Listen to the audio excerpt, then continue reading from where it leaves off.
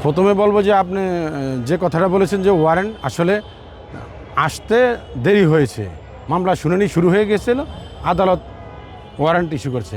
পরবর্তী সময়ে নির্ধারিত সময়ের ভিতরে কোর্ট চলাকালীন সময়ে তারা আত্মসমর্পণ করে, যেহেতু পূর্ব থেকেই জামিনে ছিল, জামিনের কখনো অপব্যবহার করেনি, তাই আদালত তাদেরকে জামিন দিয়েছেন। তার অর্থ হলো সিমিন রহমান সহ অন্যান্য আসামিরা এই মামলায় এখন জামিনে আছে।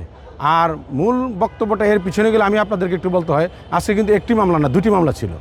মামলা নম্বর 21, মামলা নম্বর 20।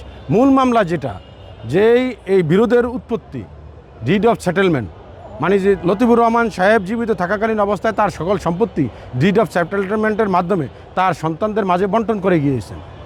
এই বাদী তিনিও এই ডিড অফ সেটেলমেন্ট মেনে গিয়েছেন, কিন্তু মেনে যাওয়ার পরে 2 বছর পর্যন্ত তিনি এই যেই ডিড অফ সেটেলমেন্টের আলোকে যে সম্পত্তি পেয়েছেন, শেয়ার নিয়েছেন, সেটা তিনি তার ইনকাম ট্যাক্সেও প্রদর্শনী করেছেন।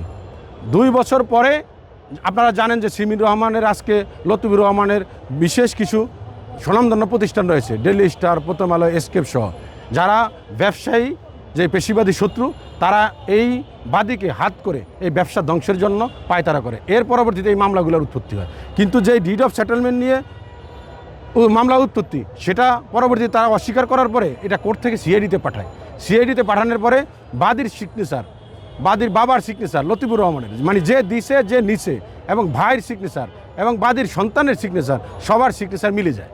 তো সেই সিগনেচার মিলে গেলে তো আর বিষয়টা থাকে না। সেই মামলাটি ফাইনাল রিপোর্ট দিয়েছে, চূড়ান্ত রিপোর্ট দিয়েছে, যেটা আদালত আজকে গ্রহণ করেছে। এর আগে আরও কিছু কিছু ভুল ব্যাখ্যা মিডিয়ায় প্রচার করছে, যেটা তার ভাই হত্যা মামলা, সেটাও ফাইনাল রিপোর্ট হয়েছে। আরও একটি তার মামলা ছিল, সেটাও ফাইনাল রিপোর্ট হয়েছে। মানে 3টি মামলাই মিথ্যা প্রমাণিত হয়েছে। এবং আমরা আদালতে আজকে বাদীর বিরুদ্ধে 211 মামলার আর্জি দরখাস্ত দিয়েছি, যেটা আদালত রিজেক্ট করেছে। আমরা পরবর্তীতে আইন অনুযায়ী ব্যবস্থা গ্রহণ করব। তাই আমি বলবো যে ডিড অফ সেটেলমেন্ট যেহেতু সত্য হয়েছে, সিমিন রহমানের বিরুদ্ধে যে অর্থ আত্মসাৎ, শেয়ার কেলেঙ্কারি অভিযোগ সম্পূর্ণ মিথ্যা, বানোয়াট।